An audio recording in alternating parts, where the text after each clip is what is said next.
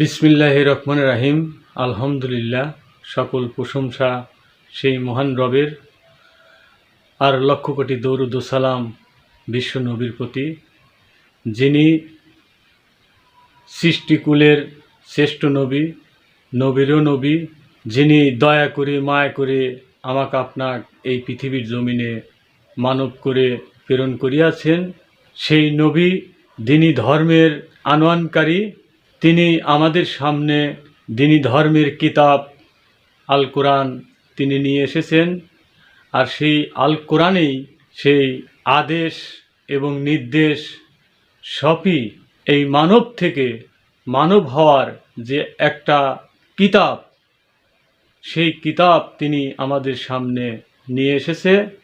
তাই সেই শ্রেষ্ঠ নবীর শানে আমরা যদি দরুদ ও কালেমা পাঠ না করি, তাহলে অবশ্যই সেই শ্রেষ্ঠ নবীকে যে সম্মান এবং মান দেওয়া হয় না। তাই আমরা সবাই একবার তার নামের কালেমা আমরা পাঠ করি। বিসমিল্লাহ, লা ইলাহা ইল্লাল্লাহু মুহাম্মাদুর রাসূলুল্লাহ। তার নামের খাস দরুদ আমরা আর একবার পড়ি, দরুদ আল্লাহুম্মা সাল্লি সাইয়্যিদিনা মুহাম্মাদি ওসিলা সাল্লাল্লাহু আলাইহি সাল্লিম।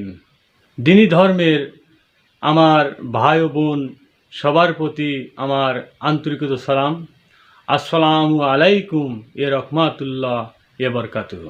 আমি আদম নূরের সন্তান, আদম থেকে রব নিয়ে আমি আপনাদের মাঝে কিছু আলোচনা করব এই গায়ের পোশাক আর সালাত নিয়ে। আজকের যে আলোচনা আমি করব, এটা একমাত্র সেই আমাদের হেদায়েতি ভাই ও বোন তাদের উদ্দেশ্য করে। আমি একটি ছবি পোস্ট করেছিলাম ফেসবুকে। সেই ছবিটায় গেরুয়া পোশাক পরে আমি ছবি দিয়েছিলাম। এই ছবিটা এআই দিয়ে এই ছবিটা বানানো ছবি। আমি যে এই পোশাক নিজেই পরিধান করেছি তা নয়, তবে এটা এআই দিয়ে ছবি বানানো। আমি এই ছবি যে পোস্ট করেছিলাম, এই ছবি পোস্ট করার কারণে আমার অনেক ভাই ও বোন এটা আমাকে নিন্দা জানিয়েছে। এখানে যে পোশাক আমাকে আপনারা দেখেছেন, সেই পোশাকটাই আপনাদের চোখে পড়েছে যে এই আদম নূরের সন্তান দাবি করে, এবং এই পোশাক আমাদের মুর্শিদ পাক কোনোদিন পরে নাই। এই পোশাক এক হিন্দুর পোশাক, নানান কথা এগুলো উঠে আসতেছে। তো যাই হোক, আমাদের মুর্শিদ পাক একটি হেদায়েতের সময় প্রত্যেকে ভাই ও বোনকে সেই দ্বীনি নূর তাদেরকে দিয়েছিলেন যে তোমরা এই দ্বীনি নূর ধরে তোমরা আলোকিত হবে এবং এই দ্বীনি নূর দ্বারায় যা কিছু সেটা দেখবে।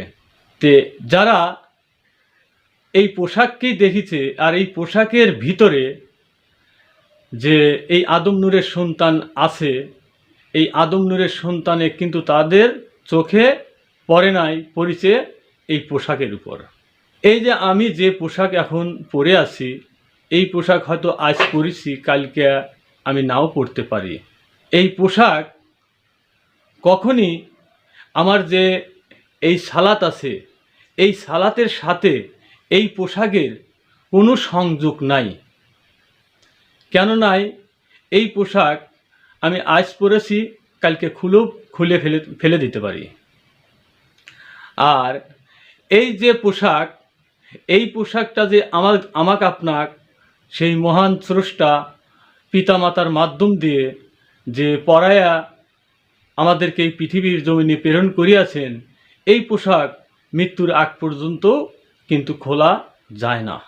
তাহলে এই আদম নূরের সন্তানের যে পোশাক, এই গেরুয়া পোশাকের ভিতরে যে ছিল সেই পোশাক তাদের চোখে না পড়ল উপরের যে কাপড়ের যে পোশাক, সেই পোশাকটা নিয়ে নানাবিধ কথা উঠে আসছে, যেখানে এই সালাতের সাথে এই পোশাকের কোনো রকমের সংযোগ নাই। তাহলে যেখানে সংযোগ নাই সেখানে এই এত কথা কি বুঝে তারা তুলছে, এটা তারাই জানে। তবে আমি জানি যে আদম নূরের দৃষ্টি যদি তাদের থাকতো, আল্লাহ পাকের যদি দৃষ্টি তাদের থাকতো, অবশ্যই এই পোশাকের ভিতরে যে সেই আদম নূরের সন্তানের পোশাক রয়েছে, এই পোশাকটা তাদের চোখেই পড়ত। কিন্তু আসলেই তাদের মূল উদ্দেশ্য ছিল যে এই পোশাকটাই তাকে নানাবিধ কথা বলা যাবে, তাই তারা নানাবিধ কথা বলে যাচ্ছে। তে এই পোশাকটা যখন আমার ভাই বোন দেখেছে, তখন আমার এক ভাই ঢাকার অলিউল্লাহ, তার সাথে আমি নিজেই তাকে ফোন দিয়েছিলাম। তখন তিনি সর্বপ্রথম বলল যে ভাই, আপনি যে পোশাক লাগায়া যে ছবিটা ছাড়ছেন, এই ছবিটা আপনি তুলে নেন। বেশ কিছু তার সাথে আলোচনা হয়েছে। তা আমি বলছিলাম যে আপনি আমার বড় ভাই, আপনারা যে উপদেশ দিবেন অবশ্যই সেই উপদেশ আমাদের মানতে হবে। কেননা আজ যদি আমার কথা তারা না রাখে আর তাদের কথা যদি আমি না রাখি, তাহলে এখানে কোনো মানবতা থাকে না। অবশ্যই তারা আমার সেই মঙ্গলটাই দেখে এই কথাটা আমাকে বলেছে। আমি বললাম যে ভাই ঠিক আছে, আমি তুলে নেব। তো যাই হোক, আমি সেটা তুলেও নিছি, এই ছবিটা আমি তুলে নিছি। তারপরে যখন তুলে নিছি, তখন ওই ভাই অলিউল্লাহ একটা কমেন্ট লিখে দেয় যে এই ছবিটা শামীম ভাই আমি তুলে নিবার বলছি, সে তুলে নিছে। তারপরেও আমাদের জাহাঙ্গীর ভাই তাকে একটা কমেন্ট দিয়ে বুঝাইছে যে আমি নাকি অলিউল্লাহর গুরু। তে এখানে তার কতটুকু জ্ঞান আছে যে অলিউল্লাহ ভাই লিখেই দিল যে আমি তাকে আদেশ দিছি এবং তাকে তুলে নেবার বলছি, সে তুলে নিছে। তাহলে সে কিন্তু আমাকে অর্ডার করেছে, আমি তার অর্ডার ফলো করছি। তাহলে এই ছবি তোলার শিক্ষক এবং গুরু যদি যে হুকুম দেয় যে এই কাজটা করো, তাহলে অবশ্যই তো সে গুরু হলে আমার সেই অলিউল্লাহ ভাই সে গুরু হবে। আর আমি যেহেতু সেই তার হুকুম মতে সেই ছবিটা তুলে নিছি, তাহলে আমি তার ভক্ত হব। কিন্তু এখানে তো তা না যে সে আমার গুরু হবে আর আমি তার গুরু হব, এটা তো না। কিন্তু সে আমার মঙ্গল দিকটা চাইছে, তাই আমি তুলে নিছি। কিন্তু আমার যে ভাই এই কমেন্টটা দিয়ে আমার অলিউল্লাহ ভাইকে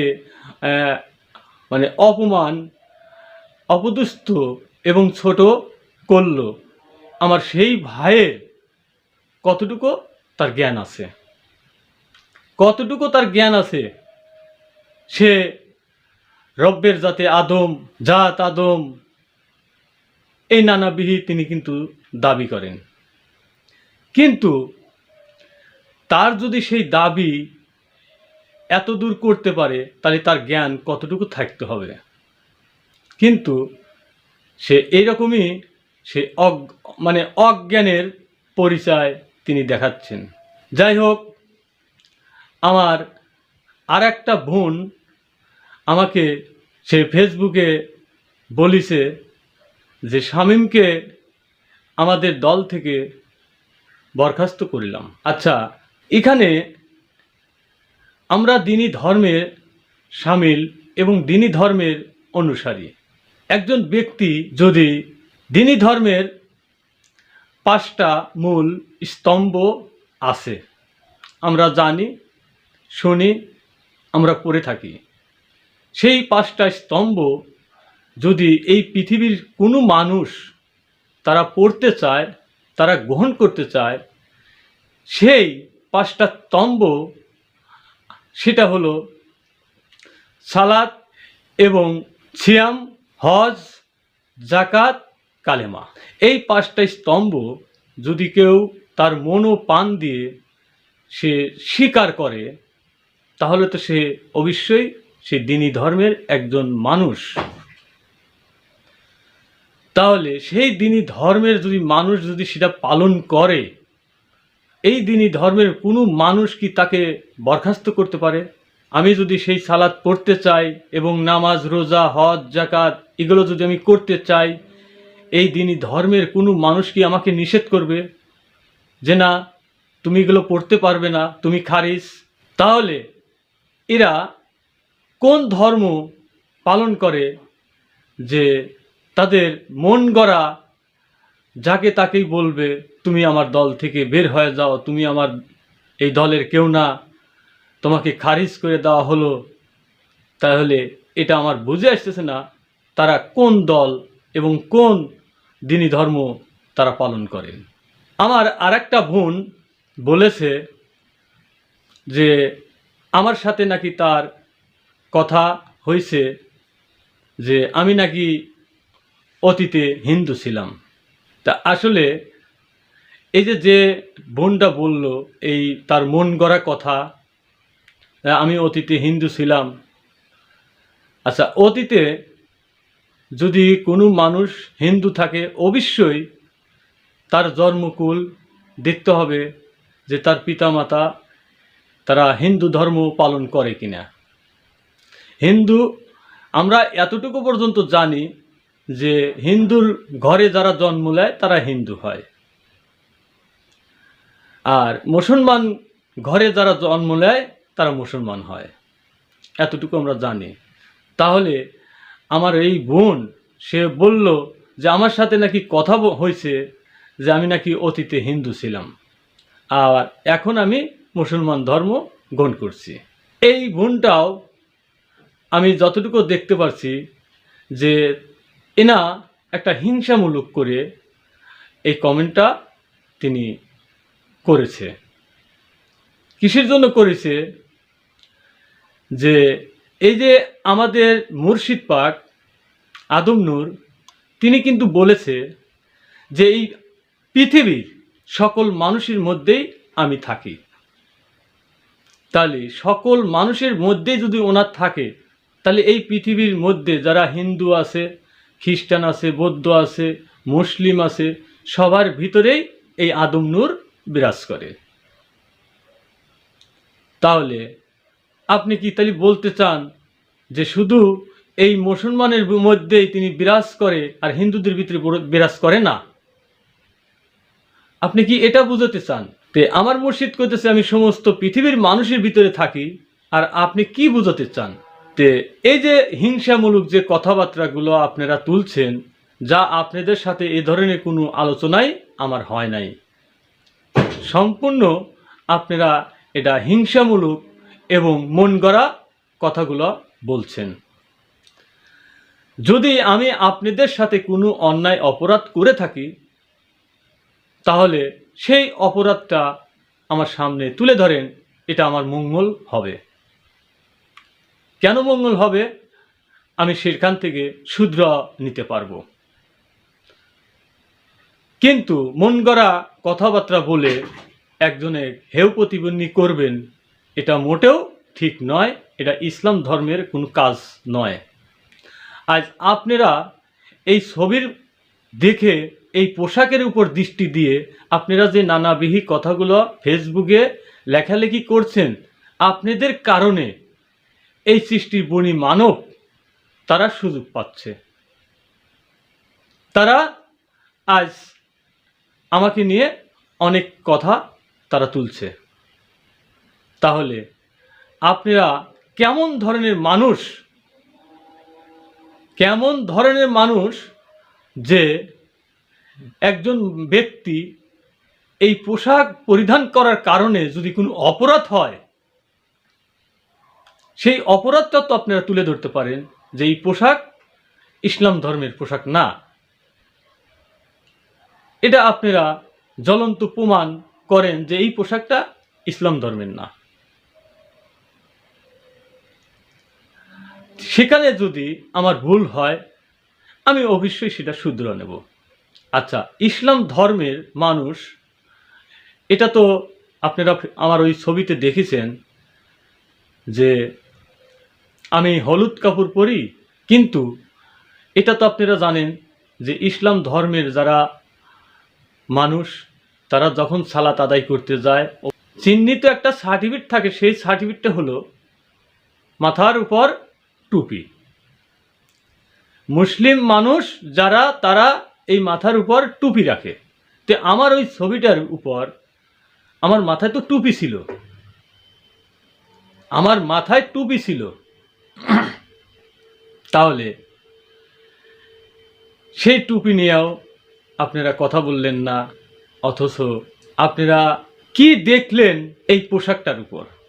আপনারা এতই জ্ঞানহীন, যা আপনাদের ভিতরে এটাই প্রমাণ হয় যে আপনাদের ভিতরে সেই আদম নূরের জ্যোতি নাই।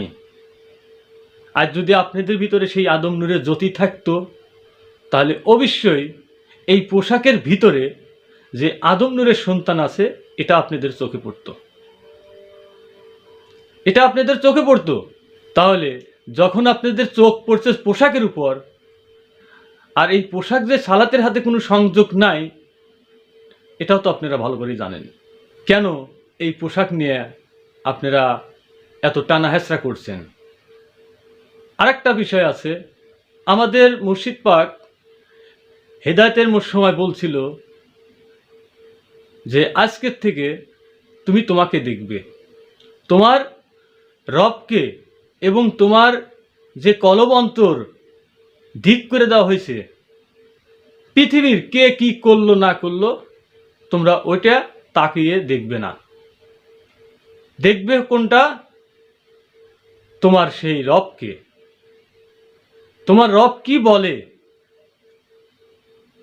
তুমি তোমার রবকে সঙ্গে করে নিয়ে তুমি পথ চলো।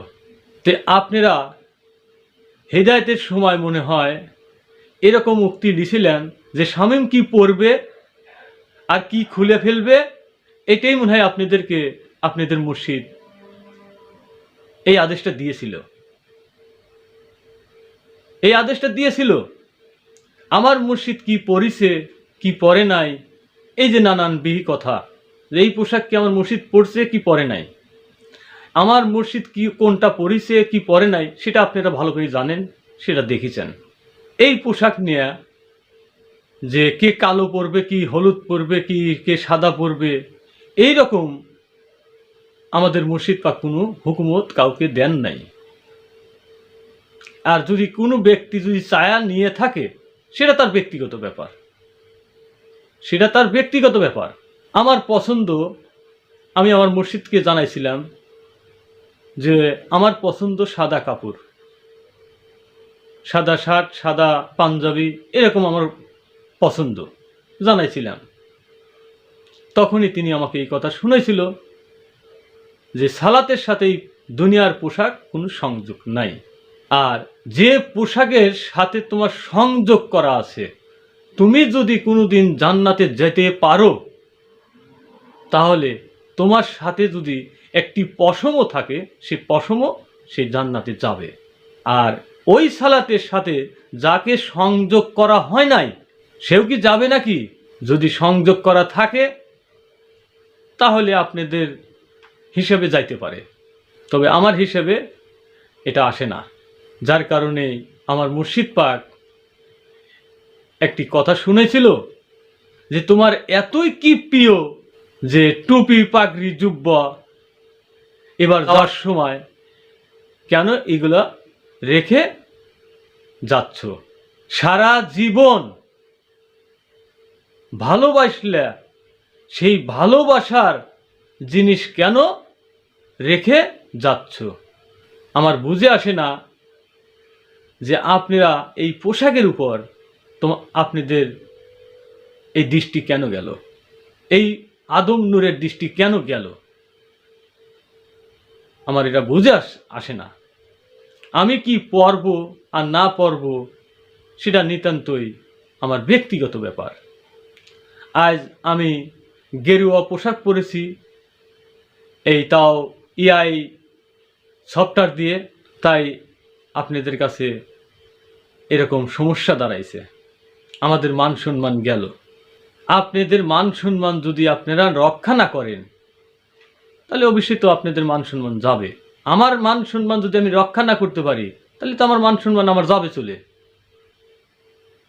তবে আমি এটা বুঝি যে কোনটা করলে আমার মান সম্মান যাবে আর কোনটা করলে মান সম্মান থাকবে, এটা তো আমি বুঝি, এটা আমি বুঝি। আমি এমন কোনো অন্যায় কারোর সাথে করি নাই যেখানে কিতাবে যে বর্ণনা দিয়েছে যে যদি তুমি কোনো মানুষের সাথে কোনো অন্যায় করো তাহলে তুমি সেই মানুষটার কাছ থেকে তুমি সেই অন্যায়কে ক্ষমা চেয়ে নিতে হবে, ওই মানুষটার কাছ থেকেই আমার ক্ষমা চেয়ে নিতে হবে। আর আরেকটা অন্যায় আছে যে যদি কোনো তার রবের সাথে যদি কোনো অন্যায় করে তাহলে তার রবের কাছ থেকে সেটা অন্যায় মাপ চেয়ে নিতে হবে। আজ আপনারা যে সেই আদম নূরের দিন, আদম নূরের যে দৃষ্টি ধরে রাখতে পারেন নাই, এটাই আপনাদের প্রমাণ, এটাই আপনাদের প্রমাণ। দ্বীনি ধর্মের যদি কোনো ব্যক্তি কোনো মানুষ পালন করতে চায় তাকে বরখাস্ত আমার বুঝে আসে না যে কোনো মানুষ করে। তা আপনারা কেমন ধর্ম পালন করেন এটা আমার বুঝে আসে না, যে নাকি এটা ব্যক্তিগত। আমার ব্যক্তিগত ব্যাপারটা হলে আলাদা বিষয়, যে আমি স্বামীর সাথে কথা বলবো না, এটা ব্যক্তিগত ব্যাপার। তাহলে এটাও কোন কারণে কথা বলবেন না এটা যেন হিংসায় জড়িত না হয়, কেননা হিংসাটা একমাত্র উৎপত্তি হয় নফস আম্মারাত থেকে। যারা ন্যায়ের আইনের মধ্যে থেকে কথা বলে তাদেরকেও উল্টা দোষী বানানো হয়। কেন আজ আমাকে বরখাস্ত করবেন? আপনি একটু চিন্তা করে দেখলেন না যে আজ সাময়িক বরখাস্ত করে দিছি, আর আপনাদেরকে কত মানুষ বরখাস্ত করছে। আমরা যখন সেই মাহফিলে থাকিছি তখন কত মানুষ আমরা দেখেছি, কত দূরের থেকে ভাই বোন এসেছে, আমরা তাদের সাথে কত আনন্দর সহিত আমরা সেই মাহফিলগুলো করছি। এখন সেই মানুষগুলো কই? সেই মানুষগুলো কই? শুক্রবারে নামাজ সালাত আদায় করছি, মসজিদ ভরে গেছে, বাহিরেও সেই জামাতের লোক খাড়া হয়েছে। আর এখন আমরা দেখি যে সেখানে ওই 3 জন 4 জন 5 জন ছাড়া আর কোনো লোক নাই। তাহলে এই লোকগুলো যে আপনাদেরকে বরখাস্ত করছে, এটা কি ভেবেছেন? এটা কি চিন্তা করছেন? কোন দিন চিন্তা করেন নাই। আর যদি চিন্তা করতেন তাহলে এই কথাগুলো আপনারা কখনই ফেসবুকে দিতে পারতেন না। এটাই আমি আপনাদের কাছে অনুরোধ করব যে কিভাবে সেই মানুষগুলো একত্র করা যায়, সেই মানুষগুলো যেন সেই আগের মতন আমরা আনন্দ উচ্ছ্বাস করতে পারি, আর একই সাথে আমরা যেন সেই সালাত আদায় করতে পারি। সেই জ্ঞান আপনারা আহরণ করেন। আজ আমাকে খেদাচ্ছেন, আর আপনাদেরকে যে শত শত মানুষ বরখাস্ত করতেছে তারা কিন্তু ওই লেখে ফেসবুকে উড়োয়া দিয়া তারা প্রমাণ করছে না, তাদের অন্তর থেকেই আপনারা বরখাস্ত হয়ে যাচ্ছেন। একটু চিন্তা ভাবনা করিয়া আপনারা খেয়াল করেন। আমরা সকলেই আমাদের এই আদম নূরের ধর্মকে মজবুত করতে চাই, আর আপনারা সেটা ভেঙে দিচ্ছেন। কেন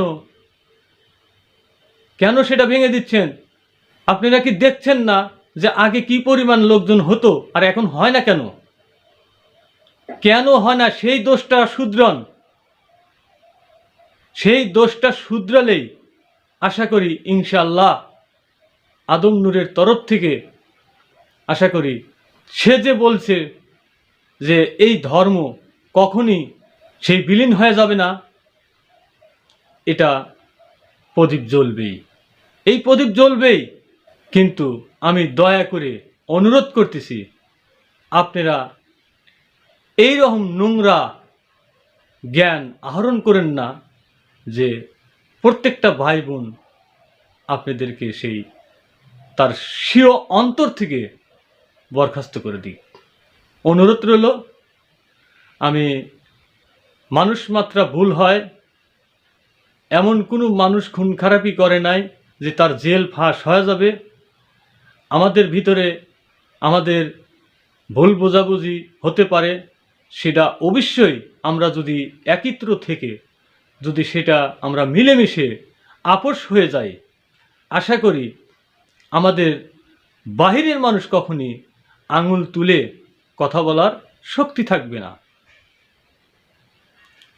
আজ আমাকে বরখাস্ত করছেন, আমি সমস্ত বিশ্বের মানুষের সাথে চ্যালেঞ্জ করতে চাই, আর এই শক্তিকে আপনারা বরখাস্ত করে দিবেন। আপনাদের ডান হাত খান যে ভেঙে যাচ্ছে, একটু চিন্তাও করছেন না। আপনাদের যে ডান হাত খান ভেঙে যাচ্ছে, সেটা কি চিন্তা করছেন? চিন্তা করেন নাই।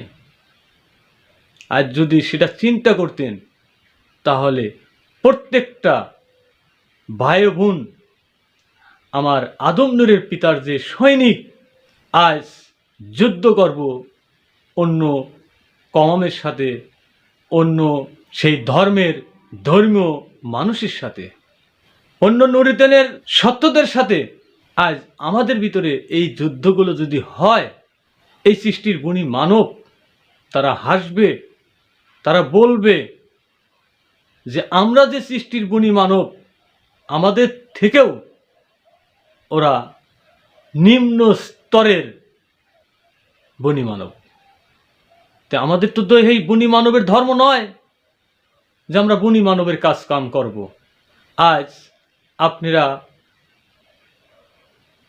সেই গর্ব করছেন আমরা মুর্শিদ পরিবারের ছেলে মেয়ে। হ্যাঁ, আপনারা গর্বই করবেন, আপনারা গর্ব করবেন। আমরা আপনাদেরকে নিয়ে গর্ব করব, আমার মুর্শিদের ছেলে মেয়ে। আপনাদেরকে কেন আমরা এই কথাগুলো বলবো, কেন এই কথাগুলো আপনাদেরকে বলতে যাব? প্রত্যেকটা ভাই ও বোনের দরকার আমাদের। এখান থেকে কেউ সরে যায়, এখান থেকে কেউ ভেঙে যায়, আমি চাই না। আমি কখনই চাই না এমন কোনো ভাই ও বোন প্রমাণ করতে পারবে না যে এই আদম নূরের দল ভেঙে যায়। আমি এটা কাউকে বলেও না, আমি কাউকে নিষেধও করি না। আমার একটাই দুঃখ, আমি আজও বলছি, আমি আমার মুর্শিদ জীবিত থাকতেও বলছি, এটা আপনারা ভালো করেই জানেন যে আমার মুর্শিদ পাক যেটা বলিছে সেটা রক্ষা করার দরকার, সেটা রক্ষা করার দরকার। আপনারা সেটা বললেই আপনাদের ভিন্ন মতামত শুরু হয়ে যায়। আমার মুর্শিদ বলছিল তাই আমরা সেটা, আমার মুর্শিদ বলেছিল তাই আমরা সেটা বলে থাকি। আমাদের ব্যক্তিগত যে কোনো স্বার্থ, সেই স্বার্থ নাই। আমার মুর্শিদই বলছিল, কি বলেছিল, যে এই 12 শতক জায়গা কারো ব্যক্তিগত থাকবে না, কারো ব্যক্তিগত থাকবে না, মানে তারই থাকবে। এখন যদি কোনো মানুষ বলে যে এই জায়গাটা বেচা কেনা হয়ে গেছে, তাহলে কি মানুষ বোঝে না যে সেই মুর্শিদ পাকের আর সেই জায়গা নাই? কেন তার যদি থাকতো তাহলে কিন্তু এই জায়গা কেউ বেচতে পারতো না। আমি সেটাই রক্ষা করার জন্য আমি বারবার বলি, তাই হয়তো আমার ভাই বোনদের কাছে খারাপ লাগে। তে আমি সেটা বলবো যে মুর্শিদ পাক এটাই বলেছিল যে এই 12 শতক জায়গা যদি কেউ ক্ষতি করে, ধ্বংস করে, তোমরা সকল মিলে তাকে প্রতিহত করবে এবং সেই সম্পদকে রক্ষা করবে। তাহলে এটা তোমার মুর্শিদের বাণী। আর এই বাণীতে যারা ধ্বংস করে তারা কি সেই মুর্শিদের হুকুম মানে? এই কথা আমি বললেই আমি খারাপ। তাছাড়া অন্য কোনো দোষ ত্রুটি আমার ভাই ও বোন আমাকে দেখাতে পারবে না। তবে হ্যাঁ, যদি এটা বলায় যদি আমার দোষ হয়, আমার মুর্শিদ আমাকে সেই অধিকার দিছিল, তাই আমি বলেছিলাম রক্ষা করার জন্য। তবে একা তো পারবো না। যেখানে আমার সকল ভাই ও বোন এখন আছে, আমার মুর্শিদ পাক হয়তো জীবিত নাই সশরীরে, তে আমার সকল ভাই ও বোন যদি বলে যে তাদের সম্পদ তারা যা খুশি তাই করুক, এখন আমিও বলবো তাদের সম্পদ তারা যা খুশি তাই করুক। তার জন্যই আমি তাদের যেহেতু ব্যক্তিগত জায়গা, আমি ব্যক্তিগত কারো জায়গার উপর তো কোনো হস্তক্ষেপ করতে পারি না। আমি কখনই সেই জায়গা নিয়ে আমি কোনো আলোচনাও করতে পারি না। তাই আমাকে এরকম কথা শুনেছে যে কারো মাথা ব্যথায় না, তোমার মাথা ব্যথায় কেন? আমি শুধু এই কথাটাই আমি বারবারই বলি যে আমার মুর্শিদ যেটা বলেছিল সেটা বাস্তবায়ন করার জন্য। তো এখন সেটা বাস্তবায়ন আপনারা করবেন কি করবেন না, সেটা এখন আপনাদের ব্যক্তিগত ব্যাপার। তো যাই হোক, সরল পানের যে ভাই ও বোন আছে, এমন কোনো ভাই ও বোনকে এমন কথা কয়ে তাদেরকে সেই অন্তরটা ভেঙে দিবেন না। আর সেই অন্তরটাই আদম নূরের অন্তর। ওই অন্তরে যদি কষ্ট পায়, আমার মুর্শিদ কষ্ট পায়। এটা আপনারা একটু চিন্তা ভাবনা করে দেখেন। যেখানে বলিছে যে তোমাদের সেই স্বীয় অন্তর করে দেওয়া হলো, আর সেই স্বীয় অন্তরটাই আমার প্রাণপ্রিয় মুর্শিদ আদম নূরের। ওই অন্তর যদি কষ্ট পায়, আমার মুর্শিদ কষ্ট পায়।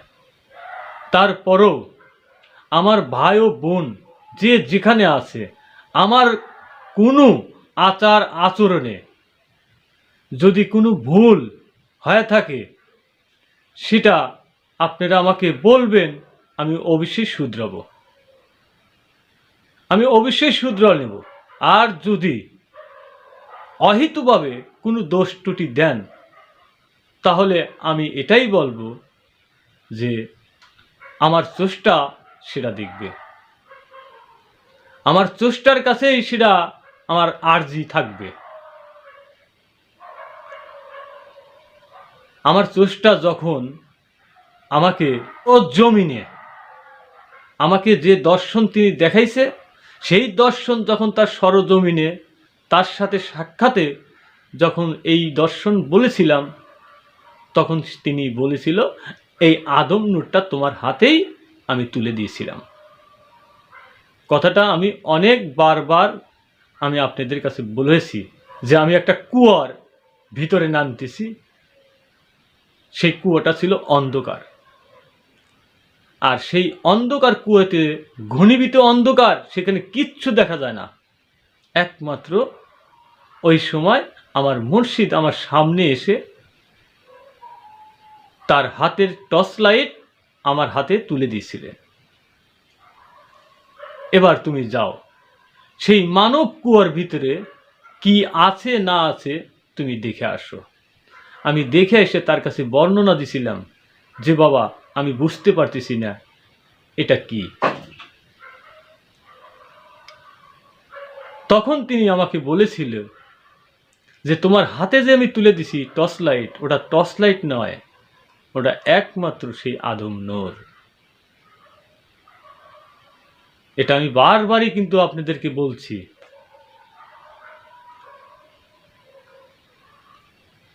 তে আমি অনুরোধ করব যে আমার কোনো ভাষায়, কোনো বলা কওয়ায় আমার মুর্শিদ ফ্যামিলি এবং আমার কোনো ভাই ও বোন যদি কোনো অন্তর থেকে যদি কোনো কষ্ট পেয়ে থাকেন, আমার মুর্শিদের তরফ থেকে আমি আপনাদের কাছে ক্ষমা চাচ্ছি। দয়া করে আমাকে ক্ষমা করে দিবেন। আর যদি অহেতুভাবে কোনো আমার উপর কোনো নিন্দা, কোনো গীপত, কোনো হিংসা আপনারা করেন, তাহলে অবশ্যই আমার মুর্শিদ প্রত্যেকের ভিতরেই থাকে। সে কিন্তু অন্তর্জামিন, সে কিন্তু সবই দেখে এবং জানেন। তো যাই হোক, আমি আপনাদের কাছে ক্ষমা প্রার্থী।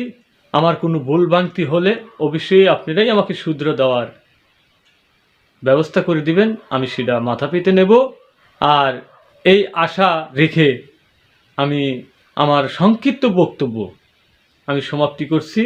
সুবহান রব্বিল আলা, সুবহান রব্বিল আজিম। আমার রবের তরফ থেকে আলোচনা শুরু করেছিলাম, আমার রবের তরফ থেকেই আলোচনার সমাপ্তি করছি।